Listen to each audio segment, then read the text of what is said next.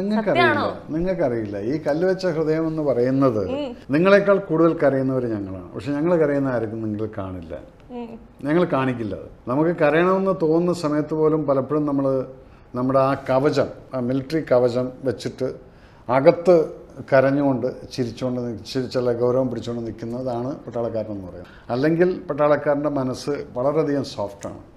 എനിക്കൊരിക്കലും I never felt anything. അത് രാജ്യം പറഞ്ഞിരിക്കുന്ന ശത്രുവാണ്. That's my duty and I am doing that. അപ്പോൾ അതങ്ങനെയാണ്. പക്ഷെ അതേ സമയത്ത് എന്തെങ്കിലും കയ്യബദ്ധം വന്നു കഴിഞ്ഞാലുണ്ടോ അതേ പട്ടാളക്കാരൻ ഇരുന്ന് കരയുന്നത് നമ്മൾ കണ്ടിട്ടുണ്ട്. യാ, ബിക്കോസ് കയ്യബദ്ധം വളരെ റെയറായിട്ടാണ് വരുന്നത്. പക്ഷെ അങ്ങനെ റെയറായിട്ട് വന്നു കഴിഞ്ഞാലും സാക്ഷി ഹോഗയാന്നും പറഞ്ഞിട്ട് കരയുന്നതിന് നമ്മൾ കണ്ടിട്ടുണ്ട്.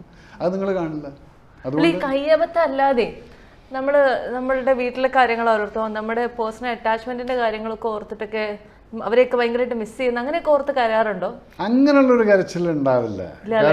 കാരണം ഇവരെ കല്ലുപോലെ വളർത്തുന്നതല്ല.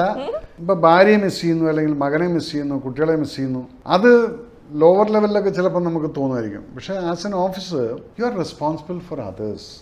ആ സമയത്ത് നമ്മുടെ ഫാമിലി എന്നുള്ളത് സെക്കൻഡറി എന്നുള്ളത് നമ്മളെ അക്കാഡമിയിൽ നിന്ന് തന്നെ പഠിപ്പിച്ചിട്ടാണ് വിടുന്നത്. ഇത് തലയിൽ കയറ്റിയിട്ടുണ്ട്. യുവർ ഫാമിലി കംസ് ലാസ്റ്റ് എന്നൊക്കെ പറഞ്ഞിട്ട്. മറ്റതെന്ന് പറയുമ്പോൾ അപ്പം എന്താണ്, നമുക്ക് നമ്മുടെ ജവാൻസിന്റെ വെൽഫെയർ നോക്കണം. അപ്പം നമുക്ക് നമ്മുടേതായിട്ടുള്ള ഭാര്യയ്ക്കും കുടിക്കുന്ന സ്പേസ് ഇല്ല. അത് ബിക്കോസ് ദാറ്റ് ഈസ് വീട്ടിൽ ബഹളം ഉണ്ടാവാറുണ്ടോ? അത് നിങ്ങൾ ഒരു കാര്യം അന്വേഷിക്കാറില്ല, നിങ്ങളുടെ വീട്ടിലെ കാര്യങ്ങൾ നോക്കാറില്ല എന്നൊക്കെ പറഞ്ഞാൽ നമ്മൾ ആർമിയിലായിരിക്കുമ്പോഴത്തേക്ക് എന്തെങ്കിലും ബഹളം ഉണ്ടാവാറുണ്ടോ? അത് നിങ്ങൾക്ക് ഒരു സിവിലിയന് നിങ്ങളുടെ എക്സ്പീരിയൻസ് ആയിരിക്കും. പക്ഷെ ആർമിക്കാർക്ക് അതില്ല. Why? Because army wives know that she is also responsible for his deeds. അയാൾ എന്ത് ചെയ്തു കഴിഞ്ഞാലും അതിൻ്റെ റെസ്പോൺസിബിലിറ്റി. അതുകൊണ്ടാണ് ഞങ്ങൾ ആർമിയിൽ എപ്പോഴും പറയുന്നുണ്ട് ladies come first, ladies first എന്നുള്ളത്. എവിടെയും നമ്മൾ ലേഡീസിന് റെസ്പെക്ട് കൊടുത്തിട്ടാണ് അവിടെ പഠിപ്പിക്കുന്നത്.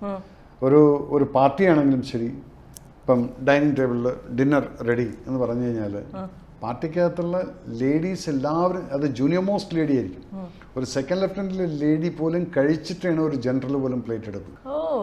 അന്ന് പറഞ്ഞാൽ ആ ജൂനിയർ മോസ്റ്റ് ലേഡി എന്ന് പറയുന്നത് ആ കുട്ടിക്ക് ചിലപ്പോൾ 22 വയസ്സ് 24 വയസ്സായിരിക്കും. ജനറൽ എന്ന് പറയുന്ന ആൾക്ക് ചിലപ്പോൾ 58 വയസ്സ് കാണുമായിരിക്കും. അദ്ദേഹം പോലും പ്ലേറ്റ് എടുക്കുന്നത് ഈ ലേഡി എടുത്തു കഴിഞ്ഞതിന് ശേഷമാണ് അവർ ചാപ്പാട് കഴിക്കുന്നത്. അപ്പം എന്താ വെച്ചാൽ ലേഡീസിന് നമ്മൾ കൊടുക്കുന്ന ആ ഒരു റെസ്പെക്ട് എന്ന് പറയുന്നത് അറ്റ്മോസ്ഫിയറാണ്. Ladies R first. അതേസമയം അവർക്കും അറിയാം he will not take care of my husband. I cannot complain about my husband. എൻ്റെ ഭർത്താവിനെ കുറിച്ച് എനിക്ക് കംപ്ലൈൻറ്റ് ചെയ്യാൻ പറ്റില്ല. Why? Because she's been looked after like that. പലപ്പോഴും ഭർത്താവോടെ ഉണ്ടാവില്ലായിരിക്കും, ഡ്യൂട്ടിക്ക് പോയി എന്നുള്ളത്.